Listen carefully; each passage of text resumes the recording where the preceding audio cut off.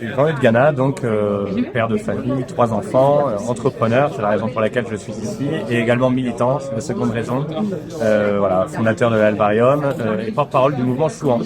Le mouvement Chouan est une bannière pour tous les groupes identitaires de l'Ouest qui a vocation donc à aider les uns et les autres groupes à grossir, à en susciter de nouveaux et à créer sur notre sol une myriade d'associations, de locaux associatifs comme base de la reconquête.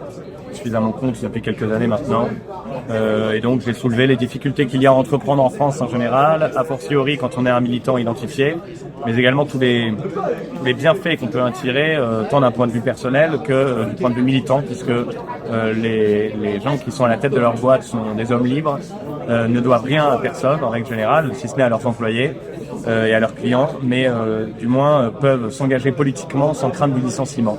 Les choses à ne pas faire, c'est se décourager, c'est faire des choses de mauvaise qualité quand on est artisan. Et voilà, avoir un bon mental, être capable de sélectionner les bonnes personnes avec lesquelles on va travailler. Je suis actuellement en train de constituer ma liste. Il me faut 68 noms. Je ne suis pas loin du but et il faut la parité. Voilà, tout ça est un peu complexe et nous déposerons la liste et on verra quels sont les autres candidats en lice. Pour le moment, il n'y a que la mairie et un ou deux autres candidats qui sont annoncés mais qui ne sont pas du tout certains de réussir à faire leur liste. Il est question de fusion avec l'un d'entre eux et on pourra lancer la campagne avec tambours et trompettes. La première mesure serait la diffusion de la commune nouvelle, qui est un déni de démocratie et qui est un imbroglio administratif coûteux et inefficace.